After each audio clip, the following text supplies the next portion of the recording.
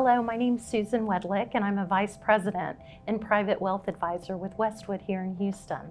Hi, I'm Katie Slater, and a Vice President and Private Wealth Advisor at Westwood in Houston.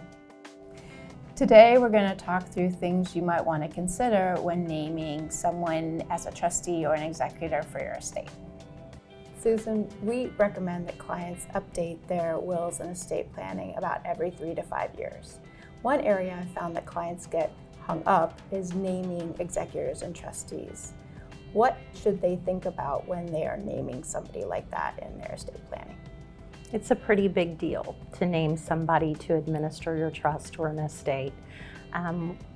One thing you should consider is we're lucky in these days that most spouses are working and children are professionals, and it's not a question of whether they can do the job. The question really is, do they have the time to do the job? Do they have the temperament? And do they have the experience necessary to administer a trust and an estate administration? Right. What are other considerations people might want to keep in mind? Well, I think they definitely want to talk to the people that they're considering naming.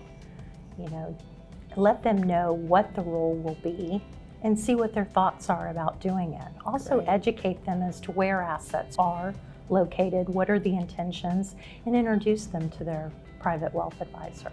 That's a great idea.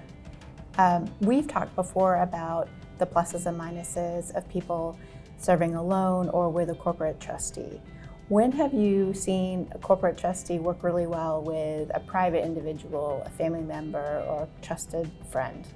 I had a great partnership with an individual executor who lived in California, and while he didn't know the specifics about it administering an estate, he definitely knew his siblings and how they would react, and he really helped me come up with effective ways to communicate what it was we were trying to do and set expectations. Him having that special insight into family and their personalities and helping us present things in ways they would feel comfortable is frankly insight that I wouldn't have had as a corporate professional. What are some pitfalls that any trustee or an executor can run into if they're not careful? It is so difficult to be between a beneficiary and their money. And as a professional corporate trustee, we've been doing this here at Westwood for over 35 years. So we've developed some processes and procedures in place that enable us to communicate to the beneficiaries what to expect, what the pattern is, and how to distribute things that might be contested.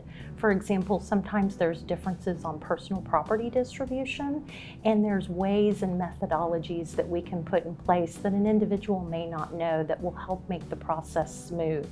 I always think there's so much in the collective wisdom of all those years, and there aren't many situations that we haven't seen, right? Absolutely. If you had a takeaway or two, what would they be? You're going to know best your situation, your family, and your beneficiaries and how they're going to handle it. I think a partnership with a corporate trustee or an executor is good because we're very objective and we have a lot of experience.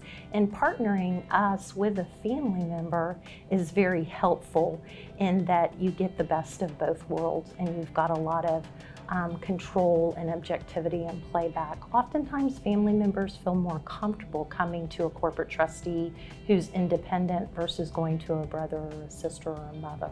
There's less judgment. Yes. Potential less judgment.